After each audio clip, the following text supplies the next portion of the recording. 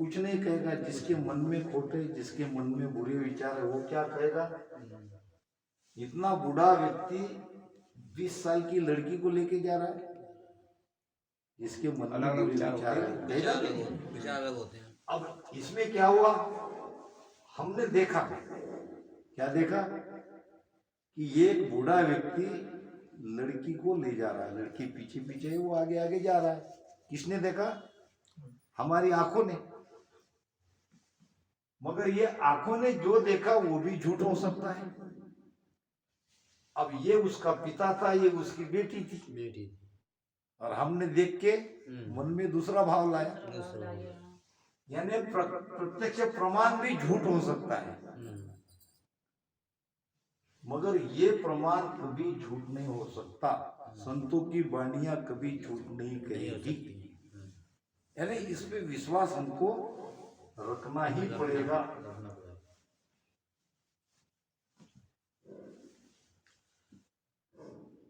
मृत्यु लोक में मानवी, देवलोक में देव, सुखिया सब पछतासी, भूला हरि की सेवा। अब महाराज मृत्यु लोक की बात नहीं कर रहे हैं। लोग कितने हैं? एक है मृत्यु लोक, दूसरा स्वर्ग लोक, तीसरा नरक लोक। ये 3 लोक में ही हम रहते हैं। और ये चौथा लोक है संतों का देश, चौथा लोक अमर लोक।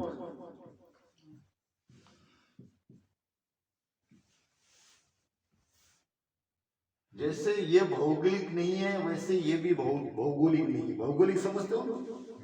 भारत पाकिस्तान, हम केवल मृत्यु लोक को ही जानते हैं। वो भी जहां तक हम जा सकते, चल फिर सकते, वहां तक की मृत्यु लोक हम जान सकते। पूरा मृत्यु लोक भी हम नहीं जानते। कितने देश है, कितनी पॉपुलेशन है, कितनी है पॉपुलेशन पूरे वर्ल्ड की कितनी है? 800 करोड़ के लगभग होगी आज। 800 करोड़ लोग एक अंदाजा है। तो ये सब मृत्यु लोक में है। अब यहां मृत्यु लोक में जिसको जन्म मिला है वो सब मनुष्य तो पछताएंगे। मृत्यु लोक में मानवी नाम मनुष्य क्यों पछताएंगे? जब ये शरीर चला जाएगा, जब दूसरी योनि में जाएंगे, वहां जब वो दुखी होंगे, पीड़ित होंगे, जब कई तरह के दुख उनको झेलना पड़ेगा तो वो पछताएंगे। मगर यहाँ महाराज क्या कह रहे कि स्वर्गलोक में कौन रहते? देवता। मृत्युलोक में मानवी, स्वर्गलोक में देव। अब ये भी पछताते बोलते, मृत्युलोक में मानवी, देवलोक में देव, सुखिया सब पछतावसी, भूला हरि की सेवा। अब नरक में जो है वो तो नरक यानी दुख ही दुख है, वो तो पछताएंगे ही पछताएंगे। मगर जिसको स्वर्ग में सुख मिल रहा है वो क्यों पछताएंगे? बात तो ये समझना पड़ेगा। नरक वाले पछताएंगे, वो नरक की यातना झेल रहे हैं, कर्मों का भोग उनको भोगाया जा रहा है, तो नरक वाले तो पछताएंगे। मृत्यु लोक वाले भी पछताएंगे। यहाँ क्या है, 2 बातें हैं जो मृत्यु लोक में पछताने का कारण है। कौन सी 2 बातें हैं? एक तो यहाँ का सुख स्थिर नहीं है, सब यहां से दुखी होके गया है। तुम किसी को भी पूछो कैसे हो तो वो क्या कहेगा? कुछ न कुछ अपना दुख बताएगा ही बताएगा। इसका मतलब सब तरह से सुखी है, वो भी क्या कहेगा बहुत घुटने का बहुत दर्द है, खांसी बहुत आती है, सब है उसके पास। क्या कहेगा वो? कुछ न कुछ तो दुखी कोई न कोई है, ये पक्का। यहाँ पे 100% मृत्यु समय तक ऐसा कोई नहीं कहेगा कि मैं बहुत खुशी से मर रहा हूं, बहुत मैंने अच्छा जिया, आनंद से जिया, ऐसा कोई नहीं कहेगा। सभी दुखी, यहां से दुखी होके ही जाएगा। अब जब समझो उसको कोई एकादा हो सकता है जीवन भर उसको दुख ही नहीं मिला। हमारे गांव में थे, हमारे रिश्तेदार थे, वो अपने माता पिता का एक ही बेटा था, तो उसके माता पिता ने उसको दुख दिया ही नहीं, कुछ भी काम नहीं करने दिया जिंदगी भर। और वो एक टेबल पर बैठा रहता, बैठे बैठे ही उसको बीमारी आ गई, हालचाल बंद हो गई सब उसकी, और माता पिता के पहले ही मर गए। अब जिसको सुखी देखना चाहते थे, सुखी रखा भी उन्होंने, तू खाली बैठा रहे, कुछ मत कर। अब बैठे बैठे बीमारी हुई, ऊपर वाला तो देख रहा है ना। कोई सुखी नहीं, बॉडी नहीं चलाओगे बात मतलब कहने की ये है कि कोई सुखी नहीं। कोई सुखी नहीं। महाराज ने कहा है, सदगुरु सुखराम जी महाराज कहते हैं, मृत्यु लोक में वो दुख भारी,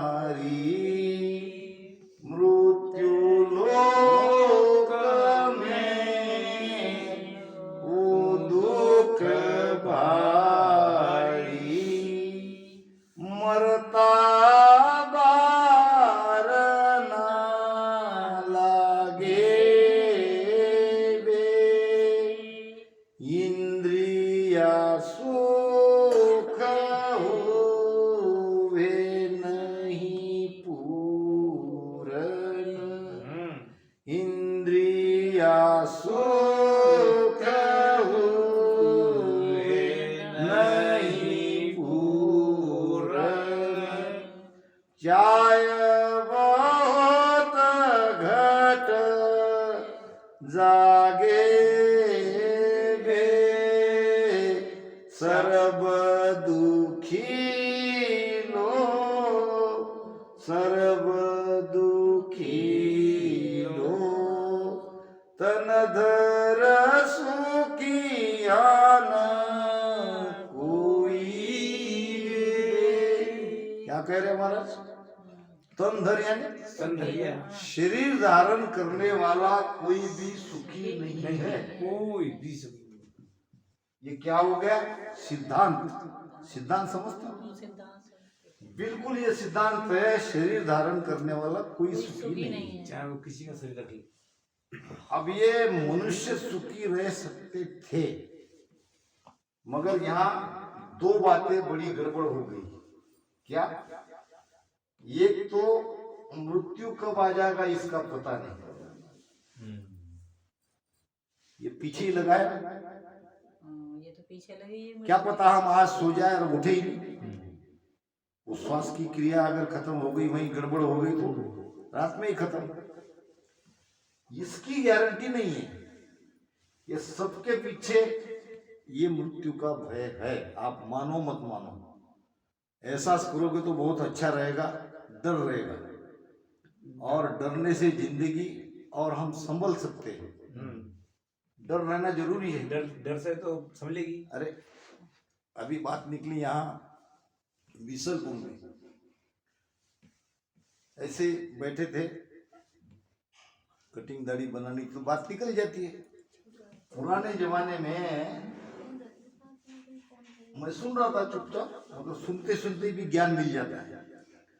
पुराने जमाने के जो मास्टर रहते थे, उनकी बड़ी धाक थी, क्योंकि वो ऐसा पीटते थे हाथ पे। तो पुराने जो इस मास्टर के क्या कहते उसको, स्टूडेंट, विद्यार्थी, वो एक भी गलत नहीं है। पुराने आज क्या होता है, जरा सा कुछ आया तो मम्मी पापा चले आते हैं, मास्टर को बोलते हैं तुम हमारे नौकर हो, क्यों तो मारा? हमारे बच्चों को मारने के लिए पेमेंट मिलती क्या? क्यों मारा? फिर वो मारता नहीं तो डर नहीं, डर नहीं, डर नहीं तो आगे उसकी बढ़ता नहीं। जीवन सुधर नहीं रहा है। जब माता पिता घर में नहीं डरा रहे हैं, मास्टर स्कूल में नहीं डरा रहा है, और बहकाने के सारे साधन ये जमाने में मौजूद है। अभी पहले इतने नहीं थे, कुसंगत ज्यादा नहीं मिलती थी। अब तो घर छोड़ दिया कि लगे कोई बीड़ी पीने वाला दिखेगा, कोई तंबाकू वाला, कोई सिगरेट वाला, कोई शराब वाला। अब ऐसे दोस्त अगर मिल गए तो गई तुम्हारी जिंदगी ऐसी। तो डर चाहिए, डर आवश्यक है। अगर डर नहीं है तो जिंदगी में संवरने का मौका नहीं मिलेगा। मगर एक ऐसा अज्ञात डर है जो सबके पीछे लगा है। ये मृत्यु का डर निकलना चाहिए। कैसे निकलेगा? मृत्यु का डर कैसे निकलेगा? जब हमें पता चलेगा कि हमारी मौत ही नहीं हो रही है, हम अमर है, हम कभी मरेंगे नहीं, ये अगर पता चलेगा तो आपका डर निकल जाएगा। क्योंकि आप शरीर के साथ जी रहे हो, आप शरीर को अपना मान रहे हो। रोहित, हरीश, ये जो है रतन, ये क्या है? शरीर है, ये तो जाने वाला है। हम इनको मान के चल रहे हैं कि मैं रतन हूं, मैं हरीश हूं, मैं सोहित हूं। बस यही तो आपको निकालना है। आप कोई नहीं हो, आप परमात्मा की संतान हो, आप शुद्ध आत्मा हो। ममो वांसे जीव लोका जीव भूता सनातना। भगवान कृष्ण ने गीता में कहा है कि हे जीव तू मेरा अंश है। तो हम मरने वाले नहीं है, मर रहा है शरीर। मन मरे न माया मरे, मर मर गए शरीर। जन्म भी हमारा नहीं हो रहा है, जन्म हो रहा है शरीर का। उस शरीर में हमको डाल दिया जा रहा है कि आपके कर्म के कारण आपको ये शरीर मिला है। आपका भाग्य लिखा है यूपी में था तो यूपी में आप वहां पैदा हो गए। मेरा भाग्य महाराष्ट्र में था, महाराष्ट्र से मैं यहाँ आ गए। हमारी बेटी का भाग्य यहाँ था तो यहाँ आ गए। हम सब अपने अपने से भाग्य के अधीन है, कर्म के अधीन है। हमारे हाथ में कुछ नहीं है। ऐसा नहीं है कि हाथ पे हाथ धरे बैठ। जो कोई करना है वो कर्म करते रहो। फल मिलेगा नहीं मिलेगा इसके बारे में सोचो मत। पढ़ाई तुम्हारी बेकार नहीं जाएगी। नौकरी के लिए पढ़ना गलत है। आप पढ़े लिखे हो, जिंदगी में कुछ भी कर सकते हो। बहुत बड़ी बात मुझे हरीश ने बताई, उस दिन से आज तक मैं उसी पे सोच रहा हूं कि जो फर्स्ट क्लास फर्स्ट है, अब मुझे क्या क्या बताया उसने इतने याद नहीं, मगर बहुत कुछ उसने पढ़ा लिखा है और पहले ही नंबर पे, अव्वल नंबर पे आया है। बहुत बड़ी उसकी नौकरी थी, आराम से 4-5 लाख रुपए मंथली कमा सकता था। वो सब छोड़ के ये लगा, इसमें लगाया अध्यात्म। बहुत लोग आपको मिलेंगे कि सब कुछ भौतिक सुख की साधन उपलब्धता उसके पास है, मगर उनको छोड़ के वो यहाँ आए, क्योंकि यहाँ जो चीज है वो वहां नहीं है। यहाँ जो है, यहाँ का आनंद वहां नहीं है। इसलिए हम आपको दोनों पैदल चलने की बात कर रहे हैं। हमको वो भी मत छोड़ो। वो पढ़ाई भी यहाँ काम आएगी। अच्छे पढ़े लिख जाओगे तो अच्छा ज्ञान आपका समझेगा, आपका विवेक बढ़ेगा, बौद्धिक क्षमता बढ़ेगी। और यहाँ में आपको लाखों जो स्टूडेंट है इनको पीएचडी मिल सकती है। इतना बड़ा ये विषय है। तो डर समाज में, जगत में अच्छा है, मगर डर के जीना ये अच्छा नहीं है। ये खौफ में जीना ये ठीक नहीं है। तो हमारा ये जो डर तब जाएगा जब हमें पता चलेगा कि जो मरने वाला है वो हम है ही नहीं। तब मृत्यु का भय हमारा मिट जाएगा। दूसरी बात महाराज कहते हैं मृत्यु लोक में दो ही बातें हैं, एक तो मृत्यु का डर और दूसरा इंद्रियों का सुख। इंद्रियों का सुख, बस यही है इसमें, बाकी कुछ नहीं है। जो भी कुछ कर रहे हो, आपकी 5 इंद्रियां हैं, 5 ज्ञानेंद्रिया। ये 5 ज्ञानेंद्रिया के सुख के लिए ही सब कर रहे हो, और ये कभी पूरा नहीं होगा। सुनने का सुख, देखने का सुख, सूंघने का सुख, ये जीभ का सुख, 6 प्रकार के रस है, और स्पर्श सुख, ये जो इंद्रिय का सुख है वो कभी पूरा नहीं होगा। तो फिर क्या करें? सुनना छोड़ दे, देखना छोड़ दे, अंदर जाओ। ये जो इंद्रिया हमारी बहिर्मुख है, यानी बाहर बाहर का सुख ले रही है, उसको अंदर मोड़ो।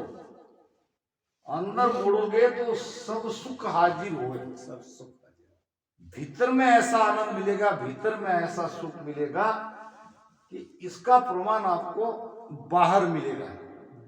जब भीतर में सुखी हो जाओगे तो बाहर में अपने आप सुखी हो जाओगे। अपने आप से गई। जो सोचा भी नहीं था वो सुख आपको मिलेगा। या ऐसा भी हो सकता है बाहर में कितना भी भौतिक सुख मिले, उसमें अपना मन नहीं लगेगा। ढेर सारी आपके पास अरबों खरबों की दौलत है, जमीन जायदाद है, बंगले है, मगर इसमें आपका मन नहीं लगेगा, क्योंकि आपको भीतर में आनंद आ रहा है। भीतर में अगर आनंद आ रहा है तो बाहर के आनंद की तरफ नहीं जाएगा। मान लो भोजन करने बैठे हो, भोजन की थाली और बहुत बढ़िया भोजन बना है, आप रोज 2 रोटी खाते हो, अच्छा लग रहा है, क्या करोगे? और परोसने वाले भी भाव है, बहुत प्रेम से खिला रहे हैं, 2 की जगह 4 खा लोगे। और अच्छा, पहले ग्रास से देखो क्या आता है। जब आप बहुत भूखे हो और आपके चयन के अनुसार आप जो चाहते हो वो भोजन मिल रहा है, ग्रास समझते हो? गए समझ ऐसे हम क्या कहते हैं उसको? निवाला। निवाला आपकी भाषा में। पहला निवाला जो है वो बड़ा आनंददायी है। भूख लगी है, जो चाहते हो मिल नहीं जीजेगी। जी, पहला निवाला कितना लगेगा? अच्छा, अच्छा लगेगा। दूसरा लगेगा, तीसरा लगेगा। जब आपकी क्षमता पूरी हो जाएगी फिर क्या करोगे? जान दे साहब। जो जबरदस्ती से परोसने वाला है तो वो भी खा लोगी, मगर उसमें वो रुचि है कि जो पहले में थी कहाँ गई, कहाँ चली गई? तुमको तो अच्छा लगता था भोजन, तुम्हारे जैसा होना वैसा ही तो भोजन मिला, उसमें की रुचि निकल गई। अच्छा, अब खा लिया, 2 रोटी की जगह 10 रोटी खा लिया, दूसरे दिन और भूख लगी। और बोलो। यानी ये इंद्रिया कभी तृप्त होने वाली नहीं है। नहीं है। इनको आप कितना भी सुख दो, ये और बढ़ती है। आज रात सो गए, बहुत अच्छी सी नींद आई, दूसरे दिन नहीं सोओगे, दूसरे दिन भी सोना पड़ेगा। तो यहाँ का सुख कभी भी हमको तृप्तता नहीं ला सकती, और भजन का सुख दिन दिन बढ़ता जाएगा। यहाँ का सुख घटता आता। अब जब आप बुढ़ापा आता है तो आंखों का सुख चला जाता है, दिखाई नहीं देता, ऐसे ऐसे चलता है। कानों का सुख चला जाता है। कौन क्या कहते, उसको गाली भी दे सामने तो भी हो करेगा, सुनाई नहीं दे रहा, समय के अनुसार। तो कितना पछताता होगा। जिस कान से वो सुन रहा है, जिस आंख से सारी दुनिया उसने देखी है, जी। और जब ये इंद्रियां उसकी जवाब दे गई, वो सुख ही उसको नहीं मिल रहा है, तो जीते जी मरा कि नहीं? जो जिसकी उम्र हो गई है उसको पास बैठ के देखो तुम, कितना दुखी है वो, अंदर के अंदर कितना दुखी है, कुछ कर नहीं पा रहा है। कर नहीं पाते। अच्छा, घर में भी उसका कुछ चलता नहीं है। व्यवस्था है। जो घर उसने बनाया, जितना धन कमाया, सारी सुख सुविधा जुटाई, उसको एक चुप रहो बोलते, चुप रहो उनके, तुम चुप रहो, क्यों बोल रहे हैं? इसको अंदर ले जाओ। ये तो परंपरा चली आ रही है। इतना पुस्तक है, क्यों बोल रहे हैं? मेरा घर और मुझे ही चुप, मुझे चुप कर रहे हैं। क्योंकि वो बोलेगा तो ठीक नहीं बोलेगा, ठीक नहीं बोल गड़बड़ी कर देगा ना। तो हमारे तरफ ऐसे बूढ़े लोगों को बाहर नहीं निकलने देते, उसको अंदर दबा देते हैं। ये कुछ आके गड़बड़ कर देगा। बच्चा बच्चे को देखने आते कि नहीं? अब मेहमान बड़े होशियार, वो पूछते कहाँ है तुम्हारे पिताजी, कहाँ है तुम्हारी माताजी, बड़े जाते टाइम में पूछते हो, ना, बड़े पूछते ही लाना ही पड़ता है, लाना ही पड़ता है साथ कुछ न कुछ बोलेगे ही उस समय, कुछ न कुछ में। बड़े लानी पड़ता है। यानी गड़बड़ कर देते हैं। होगी ही होगी। अपने हिसाब से बोलते हैं। वो अपने दिमाग से सोचते हैं, बड़े लानी पड़ता है। उनका दिमाग हमारे दिमाग में 50-60 साल का अंतर है। अंतर पड़ जाता वो निकल जाती है ना, दुनिया बहुत आगे निकल गई, आगे निकलेगी ना, अब बड़े आगे बड़े की पीछे दुनिया रहेंगे। बहुत आगे आएगी। अब हम अपने हिसाब से सेट करेंगे। ऐसा होता है। है। बात सही है। महाराज कहते हैं एक भजन में, काला सुधोला हुआ सिरडी गमिग दूजे, काला सुधोला हुआ शिरडी गमिग तुझे, नेणा सुदे धुंदड़ो, तोई भगती न बूझे, मैं तुझे बुझू रे प्राणिया, सन्मुख कदवेलो, जिण तो को पैदा किया, तन मन कद दे लो। क्या कहते महाराज? जिनतों को कालासु धोला हुआ, कालासु धोला यानी, धोला यानी सफेद, सफेद। बाल काले थे, क्या हो गया? सफेद कालासु धोला हुआ, सिर डिगमग तुझे, गर्दन ऐसी ऐसी हिल रही है, नैना सूझे धुंधड़ो, धुंधड़ो यानी नैना से दिखाई नहीं दे रहा, कौन आया है ये पहचान नहीं पा रहा, कम दिख रहा हूँ। अपना है कि पराया है कि कौन है ये भी, नैना सूझे, ऐसा ऐसा देखना पड़ता है नजदीक आके उसको, तो ही भक्ति न बूझे, फिर भी भगवान का नाम नहीं याद करना नहीं चाहता। नहीं चाहता। ये एक देखो, जिंदगी हम कैसे जीते हैं उसका प्रभाव अंत समय में जरूर दिखता है, उसका प्रभाव अंत समय में जरूर दिखता है। ये था सुनार, सुनार समझते क्या? सुनार, सुना समझते। अब इसने काफी सोना खरीद रखा था,